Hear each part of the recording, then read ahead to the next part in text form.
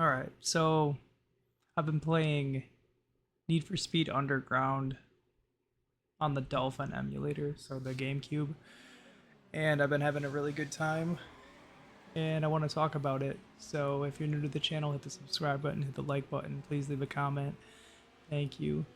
But yeah, anyways, Need for Speed Underground I played way back in the day when it came out originally, and I was in middle school, and the game was really fun because it wasn't open world,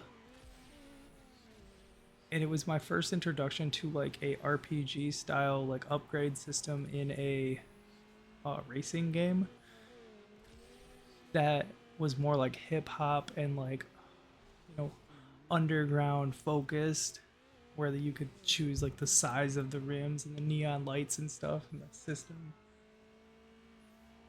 Well, the audio system that was in the second one, but the system, yeah, so that was the second one. The first one didn't have like the speakers that you could put into it, but like remembering back in the day, they kind of like blended in like one and two, but one was actually not an open world game, so you selected your levels first, and then you went through.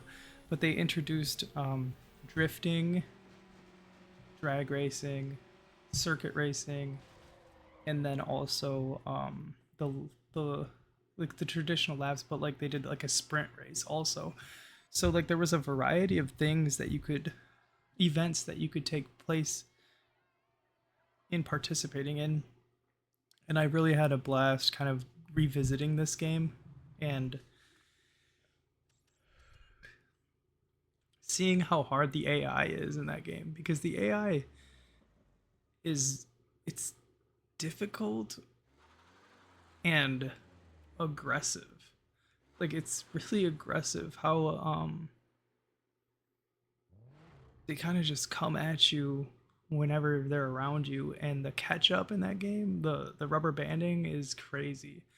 Like I can't believe how even if you put it on easy, they still catch up into the very last second. Like they will like surpass you and then end up winning by like 5 seconds. It's quite ridiculous. It was fun. It was good to go back through and play, and then to see all the variety of levels that there were. And they were familiar, and I remember some of them, some of the secret turns or whatever that you could make, and some of the like secrets that you could do, kind of like with shifting and doing um, like the cars at the end, the secret cars that you unlock. They're not actually secrets, but the cars that you do unlock. Just going back through and then having that upgrade system, there's some sweet abilities, or not abilities, but sweet accessories and rims and color schemes and things that you can add to your car, and they're sweet. They have the Skyline in there, the 350Z. They have Civics, a couple Subarus, I'm pretty sure, or Mitsubishi, like the Lancer, and then Supra, the WRX. I think it's the WRX. One of the old Nissans and the Akiras. It was I was really surprised at those vehicles that were in there. Like even the Volkswagen Golf, like upgrading it and making it look cool was just like an enjoyable time for me. So I'll probably show footage. I don't know if it's gonna like lapse up with this moment of me talking about it, but if you're looking and watching the video at the same time, there has been footage, or there will be footage of the cars that I kind of upgraded and made my own, and it was just an enjoyable time to go back and put in time and put in um you know uh, the patience and the hard work to try to like kind of understand the mechanics better than just when I originally played the game. So it was fun. The one thing to talk about is like I actually live streamed this game, and then it got copyright struck, or it was limited, so like I couldn't it couldn't be shown in certain nations. Somebody copyright claimed it, I guess, technically.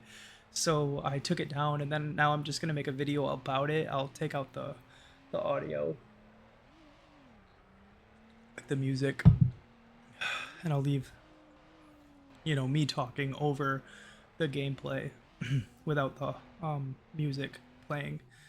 So that was really interesting. Where I played it for like a good hour on stream and ended up getting copyright. There was Mystical and Lil Jon and other like hip hop artists that were in the game, and so it makes me kind of think like if I'm going to stream, like I did stream SSX Tricky, and so that will probably at some point, but I had the volume a little lower, but like I want to play NBA Street Volume 2, so I'll probably just kill the music on it and then just whatever.